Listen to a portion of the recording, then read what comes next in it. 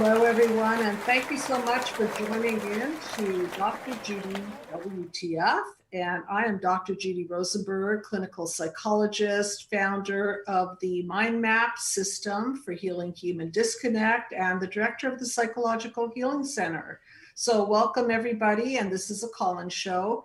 And I'm hoping to talk to you because it's so much more fun when I interact with my audience. And it's so much more interesting for me to apply my mind map system to people versus just talking to the microphone. So I invite you to call in. And so this show is on my favorite topic, which is synergistic relationships versus vampire relationships. Does anyone out there know the difference? Well, that's what we're going to define today. And for those of you who don't know the structure of my mind map, I'm going to go through it so we can be on the same map, so to speak, and you can understand my thinking and the flow of a system that I created for healing human disconnects, healing human disconnect predicated on healing wounds of childhood. So if you look at the mind map, you can see that there are 9 panels. Panel 1, 2, 3 define wounds of childhood, how we interact and react to those wounds, and how we encode those wounds into the fiber of our being. Now, panel 4, 5, 6 is the chaos defense mechanisms and breakdowns of the system gone wrong, as I like to call it. This particular mind map is labeled a little bit differently. It's my macro version of the mind map. But follow along anyway, because what we're looking at is panel number 7, synergy, which is a shift, a paradigm shift out of the old mess and into something new.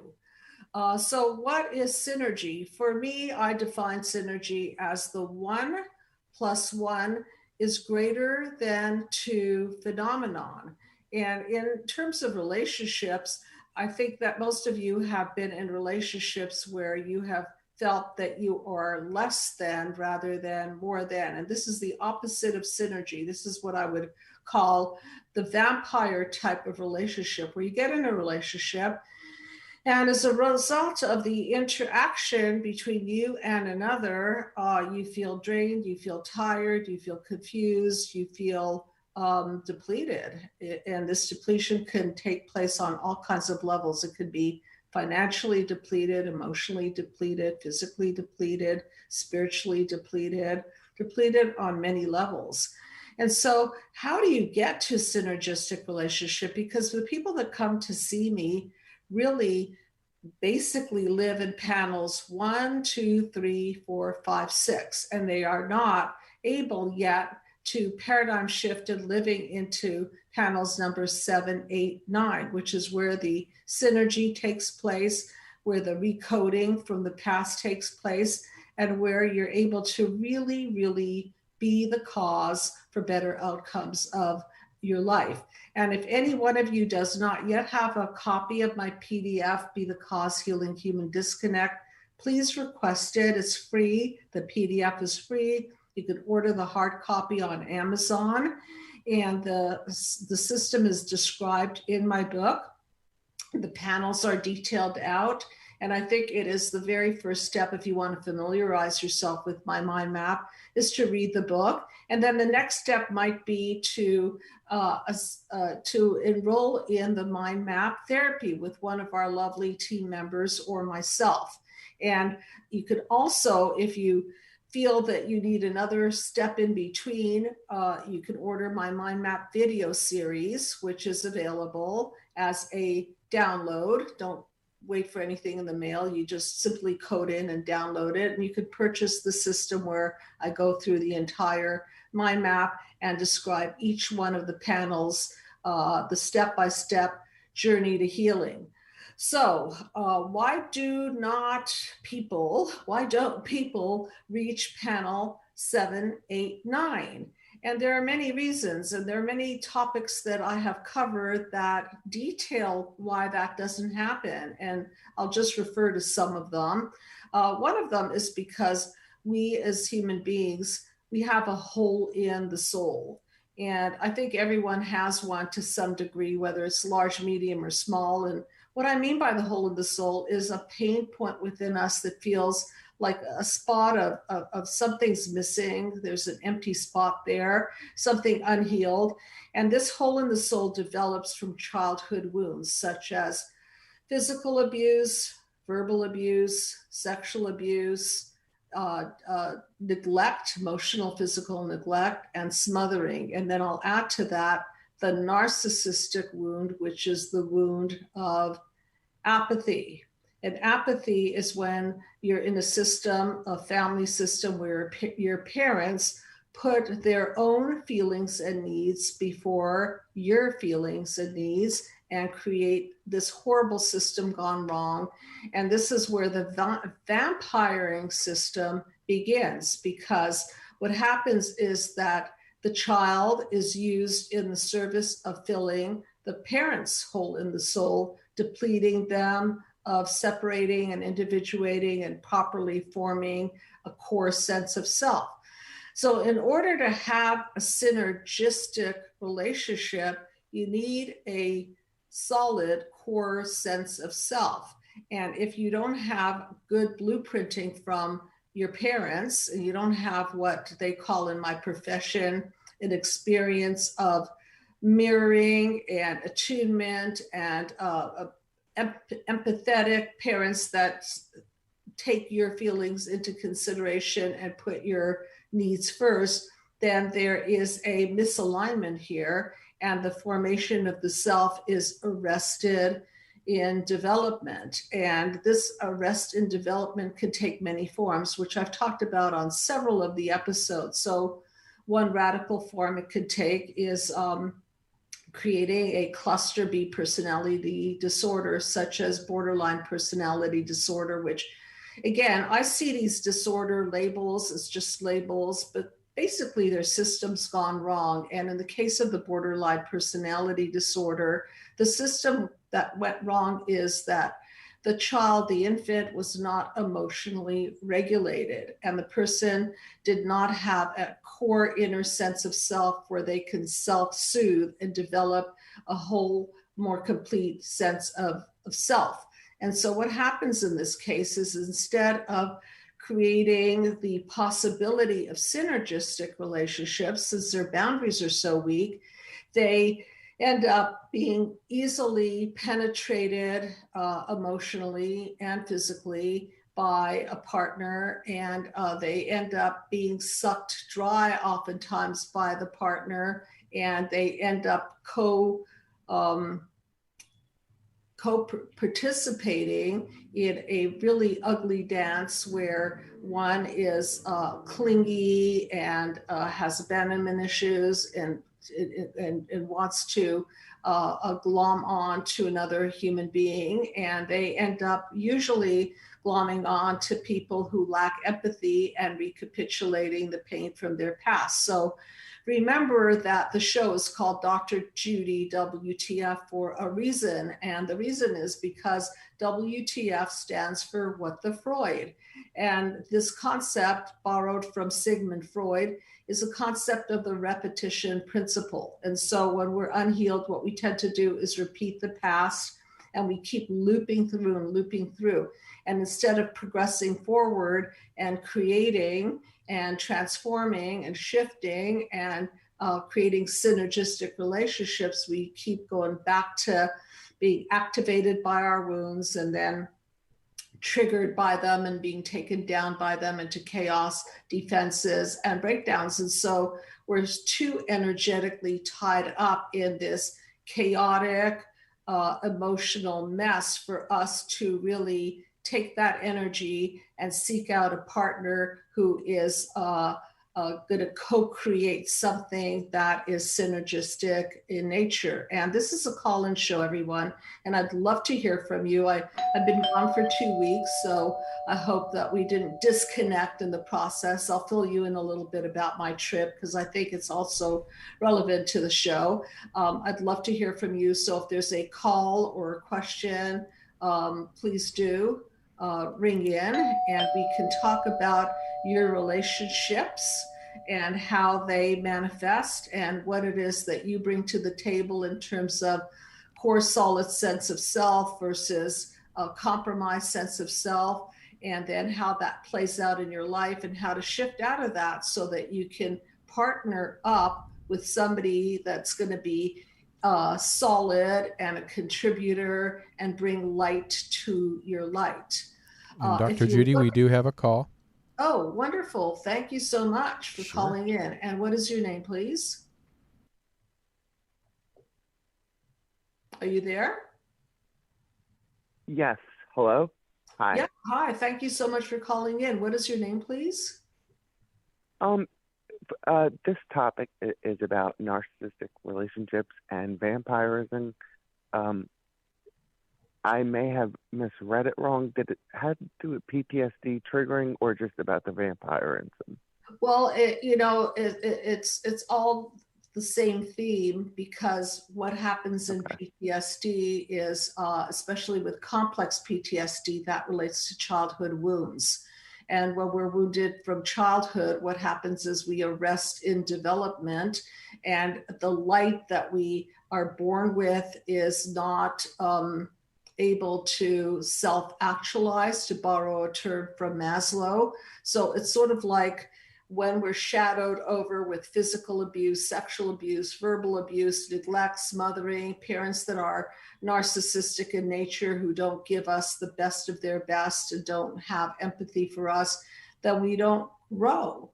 And so, therefore, when we're Right. not formed, then how do we, what are we bringing to the relationship?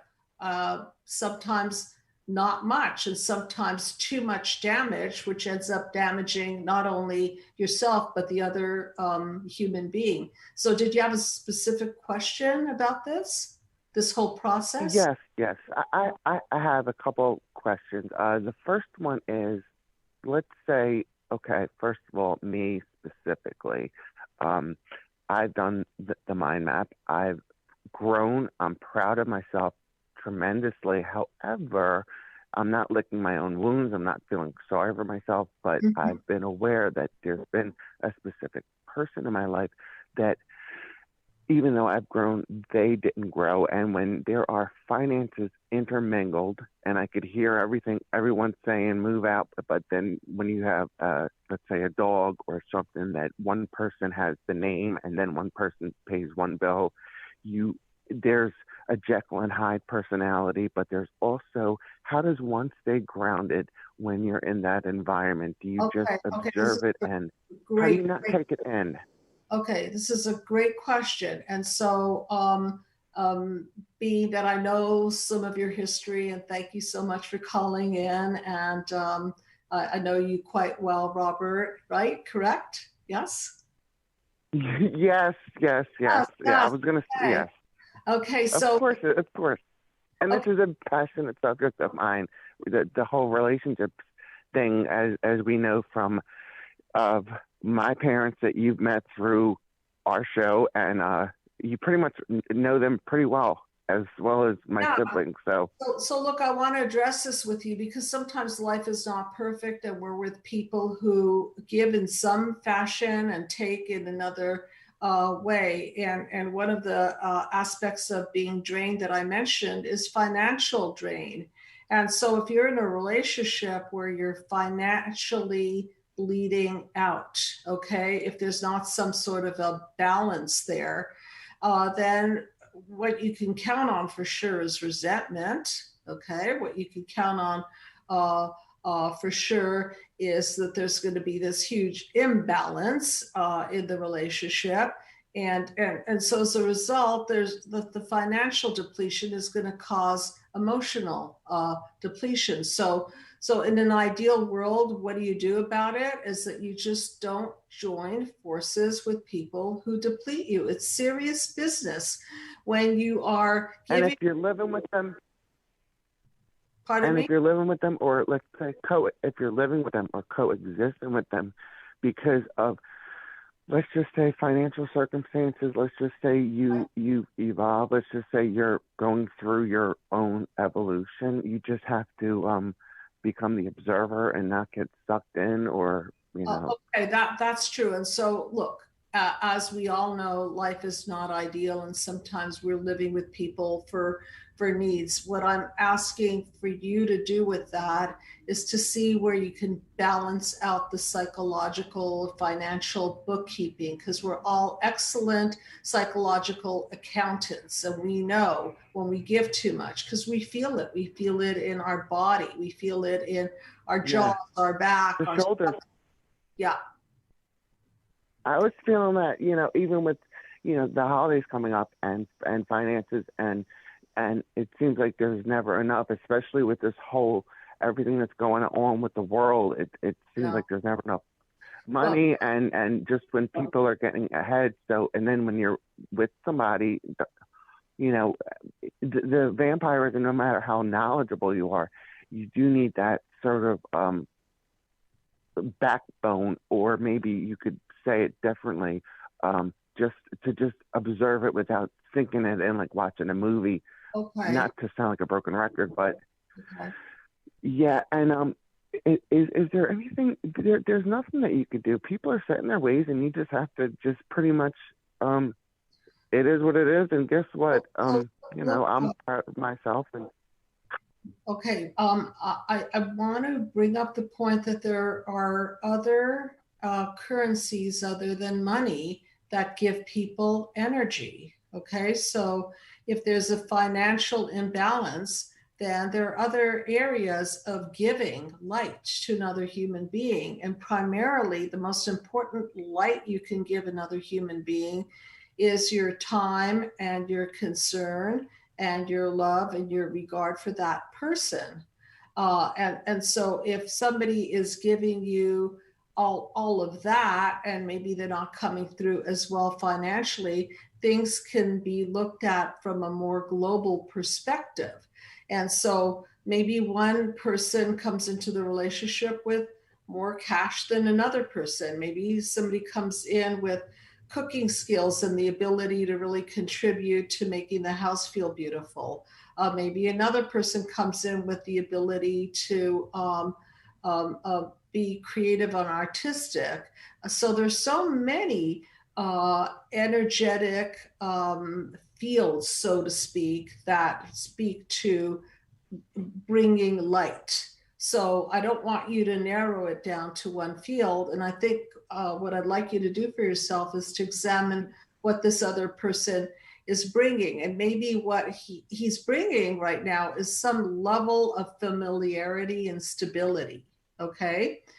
And yes, and well, there also is, and you're an expert in this. Like if someone is talking a certain way and it's familiar of your past upbringing, like with that sharp tone or hand gestures, is that's just like, even though the ghosts are buried and Halloween's over, so we don't have to talk, everything's dead and buried, but it's just the body just keeps the score, and no matter what, unless you go through some type of cleansing, therapeutic and massage, you still could clench up to certain tones or something that could be familiar to the past. Like it just. So Robert, what you're referring to, I think, are triggers, and we're all Yes, I am. Yes, I am. Yeah, triggers. We're all on in some sense trigger happy, and even though I've done so much work on myself and with other people, there are still things that trigger me, and I could feel it in my body. So what am I going to do with that? I mean, in an ideal sense, I identify it rather than with it. And this is something that I write about in my book, Be the Cause, Healing Human Disconnect. Because once you can get to a stage, and sometimes it takes a while and it takes a few breaths and a little bit of backing off to cool off and cool down the amygdala, which is the emotional brain, which is the fight and flight system. Then you can start to be the observer rather than the absorber. And so in the case of living with somebody because you financially have to, in the case of living with somebody because right now, or it's familiar and they become a yes, friend, and then sometimes yes. things just, life happens. It's life, you know, No, I totally get as it. you said, it is what it is. You brought it up because look, the mind map is a system for healing, and I know in some sense it's an ideal model. I won't call it an idealistic model because it's workable and doable, and people can shift and grow. And so in the case where you're feeling vampired, then that's where you know to put the boundaries. So maybe, Robert, spend more time with your dog, Jean, okay? Or just spend more time Yeah, and at listen to the music. house. Yeah, and I do enjoy my alone time because I'm never lonely if I have some classical music on, and I just, before we end this conversation, I have to end this on a uh, a bombshell of an evolution that you just told me that literally made my night spectacular. That you deal with the same thing, because sometimes we idealize, or even with your knowledge and experience, you're still a human being. And even with my knowledge and experience and so much hard studying that I've done, it's nice to know that we both are, deep down, we're still human beings, and we still Still could get human triggered, being, and we could still PhD, no cry. And PhD, doesn't matter. And I feel fortunate enough that all the pain and I, I, experiences I've been through, I I can. love you so much. Thank you, Robert. And for opening, I do, and sometimes it's hard to hear you when there's an echo. If my voice sounds like it's coming faster than you, but I love you so much. But for you to put it out there is not only brave, but it's it just makes me feel as equal as you are, because with the knowledge that we're all still human and life is what it is. And you can find faults with people, but then sometimes people do more good than wrong. And we could, when we grow, it's frustrating when they don't grow with us, or they're still stuck with the old dogma that you should forgive or get over it. But I want to share, and I'm sorry if I'm interrupting. It's just that I know that I have a certain limited amount of time. And I want to share with you and everyone that last couple of weeks, I decided to take a break, and I went to Europe, which was pretty brave of me because I hate to fly. Okay, so here's my human coming out right now. I really hate to fly. I struggle with claustrophobia. I just struggle with it. And I guess this was really an opportunity because my mental health must be in much better shape because I did so much better on these flights. It was quite remarkable. So it freed up a lot of possibility for me to do more traveling. I wanted to share with everyone that I went to two great places. One is Budapest, Hungary, which is where I was born. So I got to see where my parents were born and revisit a lot of family history and tragic history. And the second place that I went to is, oh, by the way, I got to eat a heck of a lot of food. It was ridiculous. So back to yoga. are you going to share some photographs? What's that? Are you going to share some photographs on? I should. Maybe I will. Maybe I'm going to do that next time. Please do. I think I will, because one of the places that I got to go, so cool for me and maybe for you guys too, is I got to see the Freud house, Sigmund Freud's home and home office. And it was incredible for me as Dr. Judy WTF, a little obsessed with Freud, don't you think? For me to He's right. He's your man. He's what the show's about. Yeah, I mean, he That's is incredible. no, it was really incredible. So I went to the Freud house, and I mentioned that I have a radio show, the Dr. Judy WTF show, which you're watching right now. And before Yes. I knew it, the woman called down the director the tour director, the director of the I guess I don't know what to call it, the tour, and he gave me a personal tour of the entire place, and it was really remarkable because I got to see the waiting room and the original furniture, and then I got to see the remnants of the treatment room, because remember in 1938, for those of you who do not know, Sigmund Freud was Jewish, and it was at the time of the Holocaust that he was smart enough to understand that he had to leave Vienna. And so they packed up and they left. I believe the first place they went to was Paris, and then they ended up in London. And so I got to see the room where he did the psychoanalysis, and they had pictures, of course, of the original chair and the couch. And he did things a little bit differently than I do, in the sense that I do therapy in 10 sessions, and I think he did therapy in 10 years. I don't exactly know, but he did a heck of a lot of psychoanalysis. And the way he did it was very interesting, because he would not look at the patient, and he would have the patient lie on the couch. I know. This is incredible. No eye contact, and that's, and you know what, that does help, because it's kind of like that. It's kind of like the metaphor of the stranger on the train. When there's that person that's not even looking at you, there's that one person that bears their whole soul out, and they'll never see them again, and then they feel like they just did an emotional exorcism, or a cleansing. And that's really interesting, because talking to you, I'm not looking in your eye. If I watch the episodes that we spoke, I could see, of course I could see you, but right now I don't have a computer. I can't see you eye to eye. So we're doing pretty much, it's not like I'm looking at you. But yeah, it's kind of like what you're doing, what you just talked about. Well, in some sense, but what I think is so remarkable, back to the synergy topic, is that what he was trying to do is develop a space for the transference. So he was the blank slate, and what he was trying to do in his own way was cure the neurotic transferences and integrate the person into more of a whole state of being. And he had all kinds of theories about the unconscious and drive theory and so on.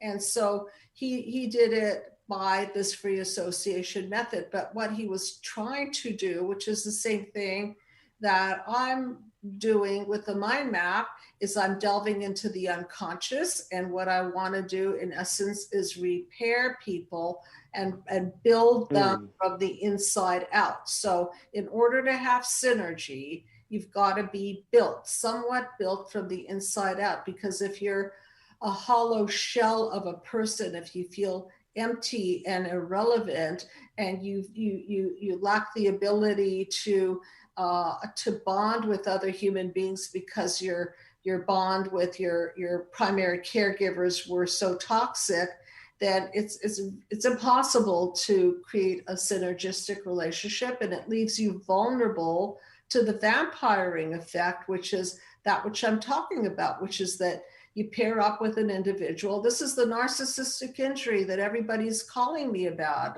Dr. Judy, I'm with a narcissist. My husband's I'm divorcing a narcissist. My mother's a narcissist. But okay, what is that narcissistic thing? It's what, I don't mean to laugh. I don't know if you heard it, but you did so many shows that people actually did call in, and they did say once they did their healing, they did outgrow their certain partner. And you said, right, I'm not a fan of divorce. Don't drop it. I mean, I could repeat everything you said, but yes, but I don't want to, I'm sure many people do want to call, and the whole thing about you going has been so cathartic. You've actually uplifted my spirit. So thank you, Robert. You truly did. With even what you said before, I just wanted to, I'm always sending you love, and I love you tonight. And this is a passionate subject of me. That's why I wanted to reach out. And Jean is inside, and I got work tomorrow, and I'm just excited about your tour. Just please share some pictures. Thank you. And thanks for calling in. I'm going to give some space for other people to call in if they want to. Okay. And I know I'll Okay. from you, Robert. Okay. So have a good night, and we'll speak soon. You too. You too. Okay. God bless. Thank you. God bless. And if there's anybody else that wants to call in, and in the meantime, I'm going to continue with this theme of synergy versus vampiring. I was just so excited to see the Freud house and to get this personal tour, and I'll see what I can do about connecting to the Institute in Vienna. That really does excite me, and learn more about his original work, which the main aspect of Freud that I borrow is this idea of the repetition principle, because we get caught in this net. Panel 1, 2, 3, 4, 5, 6, we're caught in this net of being activated and looping through and doing the repetition principle with other people, doing this dysfunctional dance.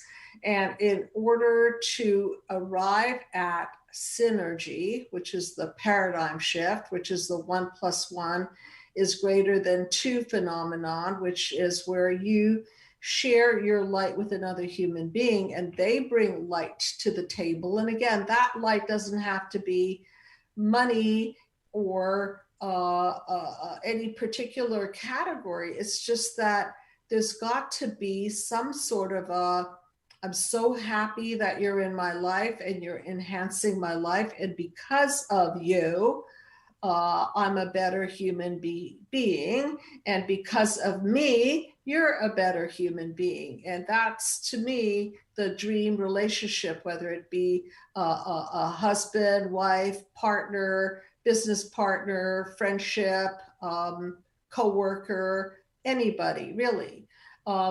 The opposite being relationships that many of you have been in, where you feel that you've been literally emotionally vampired out and drained, and that's where most people live is in these draining relationships. Either they are being drained, or they are feeling like they're taking from.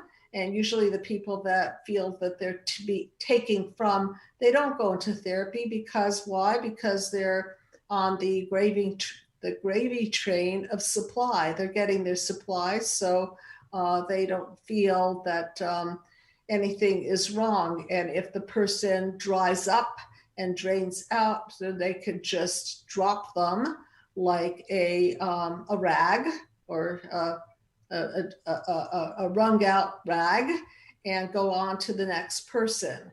And that's the ugliness of narcissism, because in this narcissistic system gone wrong, there is no heart-to-heart connection. It's not the same game of life. I was just telling one of my patients today who's commenting about her narcissistic system, and I was explaining to her that the system that your mother's playing in is a system of power and control. And so when we don't have intimacy with ourselves and our partners and our sense of being in life, and we get desperate and scared, we resort to power and control. And that certainly does not make for a synergistic relationship. As a matter of fact, let's take a look at what that brings. If you put the mind map up for a minute, I'll show you. So if you've got panel number 5, let's call panel number 5 the isms, the defense mechanisms, and all of the isms, whether they be macro-isms or micro-isms. Originally, the mind map was called, for those of you who don't know, it was called Join the Human Race. And it was a system of healing for global healing. And if you want to go on my website, it's not the most developed website in the world, but you can see it. It's called healingglobaldisconnect.com, and you can read my global philosophy there. So let me show you what happens in the game of power and control. So let's look at panel 5. And let's look at the macro version of that. So all of those little globes, the green and the yellow globe and the pink one, and the let's have them metaphorically represent all of our isms, all of the religious isms, Christianityism, Judaism, Muslimism, Hinduism, and then all of our races, Black, white, Chinese, Indian, so on and so forth. Okay, so what's going to happen if we don't respect each other and we don't put ourselves first as human beings is that we're going to, and we not going to, this is happening all the time, what we have been doing as a human race, instead of synergizing humanity, we have been polarizing and fragmenting humanity. And as a result of these isms, what we've been creating are massive clashes of the isms. So if you look at panel number 6, you could see that these isms break down and they create power games and destructive games and wars. And so that's the end game of power and control, is there's a massive, massive breakdown. And if we could just switch up the game plan and we could switch up the system from power and control to synergy, and let's go back to panel number, or let's go forward rather to panel number 7, you can see that the game of synergy looks completely different than the power and control game. And what we have here on a macro level, which is my ideal version of a united humanity, is all of the races and the religions and the cultures of the world unite and share their light and create a deeper, more meaningful, more synergistic, more beautiful, interconnected world. And that was the original intention of the mind map. On a micro scale, what we can be doing as human beings is to cleave out our shadows of the past, heal from them, so that we can bring more light to ourselves, that we could bring more light to our relationships, and that we could spread the light to our next generation. So instead of being parents that come from a deficit and project pain and suffering onto our children, we can be the holding environment, so to speak, for creating what Dr. John Bowlby works so hard to really define, this attachment style parenting that involves eye contact and skin contact and nurturing and mirroring. And so that's how, when we're full of light as parents, as human beings, this is what we can give to our next generation. And if we were lucky enough to receive this from our own parents, remembering, of course, that this is multi-generational, it's passed from generation to generation. If we were lucky enough to have this trickle down of emotional goodies, then we're in a much better position to pick partnerships, whether they be romantic or business or otherwise, that are going to be synergistic in nature. Because I could truly say that when we develop a better sense of emotional well-being, the craving is not so much in the power and control. It's the craving is more in, let's really have fun and enhance each other and play a better game of life, and to get actual pleasure from giving to another human being and seeing them grow, and allow the nutrients from another human being to come into our mind, body, soul, and enhance us. And I can't think of a better game of life than that. And so my pathway to getting to the point where we can do that is to clear out all of that mess of childhood wounds and all of the negative core beliefs that we encode into our system, and deconstruct all of that garbage based on lies and misperceptions and misconceptions and cracked lens of perception, as I like to call it, meaning that we're not seeing psychologically straight, and straighten out all that thinking and psychologically seeing. And again, this is a call-in show, so if anybody wants to call in and share synergistic versus vampiring types of relationships, I would love to hear from you. Any calls in there that want to come through? No calls, but people in the chat room. So, people out there, give us a call, and I'll put the phone number in the chat room. Okay, awesome. And if you want to ask a quick question from the chat room, go for it. I'll take the question. And of course, I'd rather have the live call. And this is such an important concept because really we are going to be one heck of an arrested development human race if we're just playing this edited version of life. Panels 1, 2, 3, 4, 5, 6, wounds, reactions, and codings of horrible core beliefs, and then chaos and defenses and breakdowns. I mean, it is draining and painful and rewounding. And then we have this propensity to go back to the original damager or somebody of the same psychological field of energy and replay all of this garbage, which is the Freud. Okay, thanks for calling in. Hi. What's your, can you hear me? Yeah. Yeah, hi. Thanks for calling in. And what is your name, please? So my name is Kara Brodsky. Nice to meet you. And where are you calling from? I am in upstate New York. Okay, welcome to the show, and tell me what's going on in your life that is relatable to this topic. Sure. So, I believe both my parents were like vampires to me. Okay. Actually, literally, my dad used to dress up like one for Halloween, so it's pretty funny. Actually, it's like my parents tend to,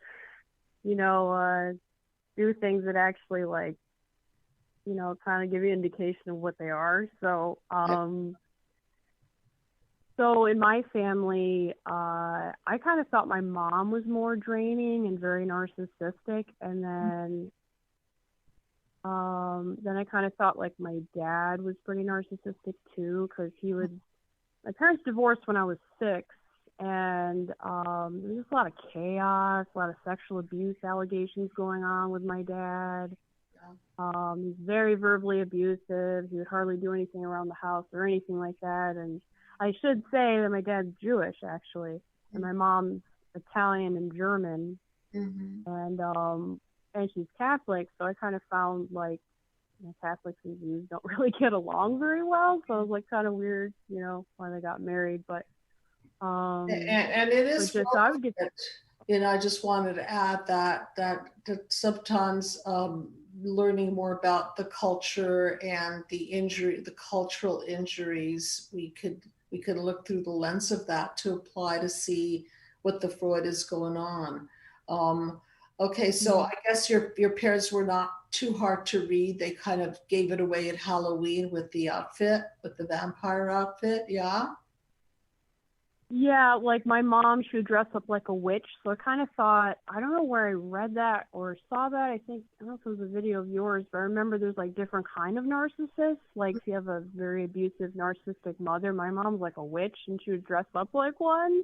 And then my dad would dress up like an evil vampire. So it was really interesting to see like observing that like, wow, they really do things that actually showcase what they really are. And so I'm just wondering what kind of shape that left you in, and what kind of relationships you've been picking. I mean, a lot of my relationships is mirror my dad exactly, or my mother, even friends too. Just very draining, complaining about everything, do nothing to improve their lives, and then they get into abusive relationships as well. So now that you know more about this, have you noticed that you've taken any steps to limit it, put boundaries on it, maybe eliminate people from your life that are just not serving you? How are you in relationship to the knowledge that you're gaining? Well, I've always sort of had an issue with, creating relationships with people because a lot of the times they're like really toxic and draining, like my parents. So I kind of would just kind of stick to myself and Okay. just try to pep talk myself and everything like that. And I mean, I should mention like the trauma and all the chaos and how drained I got by both parents. I actually was picked to be in a college study for like 10 years, and they wanted to like ship me out to Michigan and do brain scans on me and everything. Like it was just so draining. They were just so draining to the point where you literally, like, it's the weirdest thing, like everything around my dad or my mom, like everything and everyone dies around them because you're just so draining, and it's really incredible. Actually, fortunately, not unfortunately, my very abusive narcissistic father, he passed away about a month ago in very horrific circumstances, and I mean, it's kind of like what he was supposed to get. I mean, he's very draining, very abusive, and he wasn't even that old either. So, and he was very stuck in his trauma from his childhood as well. So So, and I what were got they? little glimpses.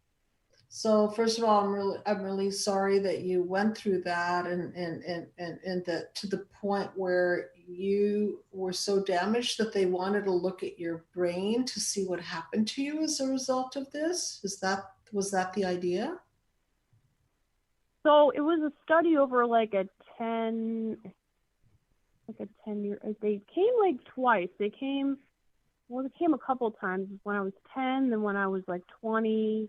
Mm-hmm. And then I got paid to do it, which is pretty cool. But Mm-hmm. yeah, they just they wanted to see stress in different housing situations. So I used to go to my mom's house, they would go there. I would go to my dad's house and I would be there. But the thing is, my parents put on an act. So I'm being all drained and disoriented, and I can't get my heart rate down, and my parents just acting like they didn't do anything. So it's like really tricky to see, but yeah, Well, I believe they just wanted to check and see what was wrong. that's also part of the ugliness of this narcissistic abuse, is that it doesn't show Mm. up physically. So it's not like you can see the bruises necessarily, but yes, you can, because I guess they were trying to look at your brain scan, and as we all know, the mind and the body are interconnected, and when we're traumatized, it's going to show up physically on some level. And so, from what I'm hearing, I'm hoping that I'm hearing correctly, that you were talking about repeating some of these patterns in your own relationship. And so now that you know more, okay, so have you done anything about it? Have you found that you're still repeating, or that you're starting to vet people better, or making better choices? Where are you at today with all of this? I still feel like um just kind of feel a little like vulnerable still. It's like, was that actually abusive? Was it not? Like, did that really just happen? So there's still a lot of confusion. I'm 33 and I'm still, struggling with this stuff. And still Oh, confused about, okay. well, my mom is too. So, Okay, the confusion, that's a very interesting topic in and of itself, because what happens is that we get used to what is familiar and familial. So in our world, I right, liken it right to, like, let's say there's a fish swimming in a dirty fish bowl. Well, does the fish know that it's swimming in a dirty fish bowl?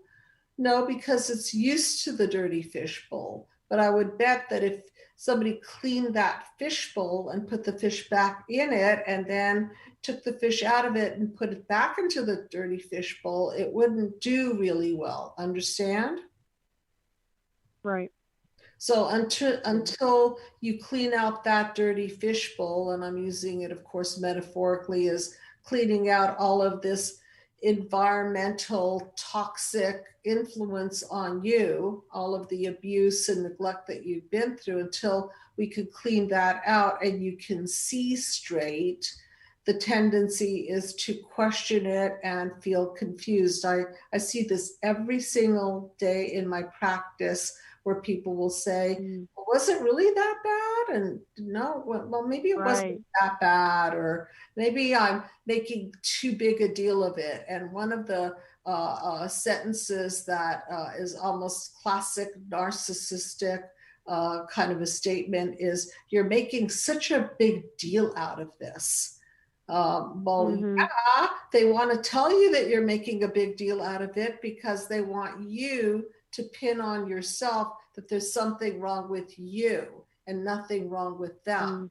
Okay, so as long as you're the big deal and you're the sick one and you're the distorted one, then that can, in some sense, give them some sort of an immunity for holding themselves responsible for any part of this horrible system gone wrong. Okay, so I mean, right? Yeah, go ahead. Sorry. Yeah, I mean, I was just gonna elaborate a little bit more on that. Of like, well, it's like it's happening, but then it's like I kind of like ignore it. Like, okay, well, it's just gonna pass by. It's not gonna happen again. Like, oh, I've been through worse things before. So it's kind of like it'll happen and then like it just won't happen for a while. Yep. And then it'll happen again. And then it's like, wait, what is this? Yeah. And I also, go ahead. Oh, okay. I think I was just going to say something else about it. Just like, yeah, that's what would happen with my dad, where I would live with him, where like there'd be periods of time where it's bliss, it's fine, and then all of a sudden it just like out of nowhere, I don't know, I kept making excuses for it. It's like, oh, he's mentally ill, oh, he thinks I'm my mother, oh, he thinks I'm his mother. It's like, it was really weird where like I usually get around people that are projecting a lot of like things that are unrelated to me. Like, just, well, see, you're talking about, right, you're talking about the loop through. It's non-progressive. So you might be blinded for a moment that, oh, things are progressing. Look, mommy's treating me so nicely. Daddy's smiling at me, whatever is going on. And the most, the most powerful reinforcement schedule in the world behaviorally is intermittent reinforcement, meaning that things happen intermittently. And so when things are good, and then there's something that's bad, and then it's good again, that the whole goodness that's thrown into the formula of the bad just reinforces the whole system. And it's really, really hard to get out of it. And that's why you need an enlightened witness. And that's what therapy is supposed to be on one level, is that your therapist, psychologist is supposed to be an enlightened witness and be an observer of your pain, so that eventually you could also pull out of the system and observe the system and heal that cracked lens of perception, and no longer buy into the familiar and the familial. I have a sentence in my book, and if you don't have it, by the way, please request it, and you can download the PDF copy or grab a copy of it on Amazon. If you look at some of the statements in the book, like the repetition principle, and identify it, not with it, and statements that pertain to being the observer and not the absorber, and healing the cracked lens of perception, by which I mean the misperceptions that we see because we're not seeing straight. So once you start to clean all that up and clear all that up, then you won't be so confused. So if you haven't already, yeah. I was just gonna say, it just feels like, at times it feels like a dark cloud where it's like what was that? But I mean, I would also have this issue too of like having friends or being in relationships where they're being drained and abused, and then they're kind of bringing it into the relationship, and then I feel like I'm doing it, but there's times I don't really feel like I'm even doing that. I'm like an INFJ. I kind of keep to myself, and I'm like an empath as well. So I'm usually pretty good with emotions and what to feel, but like there's just these times where like it's just kind of hitting me like I've had this before, like I've been through this before, but then I just didn't know how to get out of it because when you're an infant, you can't leave your parents. So, I mean, I was even going to be put into foster care when I was 6 because my parents were just so abusive and just so neglectful. So, what you said just right now, you can't leave your parents. The thing is that when we're immersed in this toxic bond with our primary caregivers, whether they're alive or deceased, it doesn't matter, because even if they're deceased, they still live in our head.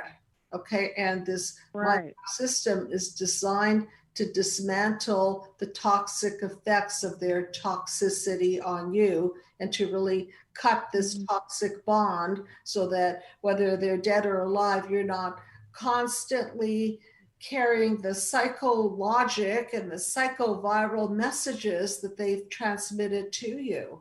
And so really it is a journey of healing. And there is this clarity that comes once you make the shift out of the mess. And today I had an experience with one of the people that I'm seeing at the Psychological Healing Center. And once she started processing and extricating this toxic, poisonous, the feelings that she's been carrying around, her words were, "Oh my God, I can breathe again. I can breathe again." Yeah. And that's I just feel like there's. Yeah, go ahead. And that's when we both knew, okay, so now she wasn't under the water. She wasn't in that unconscious a place of being at the effect of, because that's what the system is designed to do, is shift from being at the effect of our past to being the cause. So I was actually watching her psychologically come out from this toxicity, from this kind of a double dungeon of darkness, as I like to call it. It was really quite beautiful because it was almost like a rebirth, and she was gasping for air. Oh my God, I could breathe again. And so I'm sharing. I'm sharing this with you so that you can have a semblance of hope that you don't have to live underground like this. You don't have to hide. You don't have to live in a state of confusion, that this really can clear up.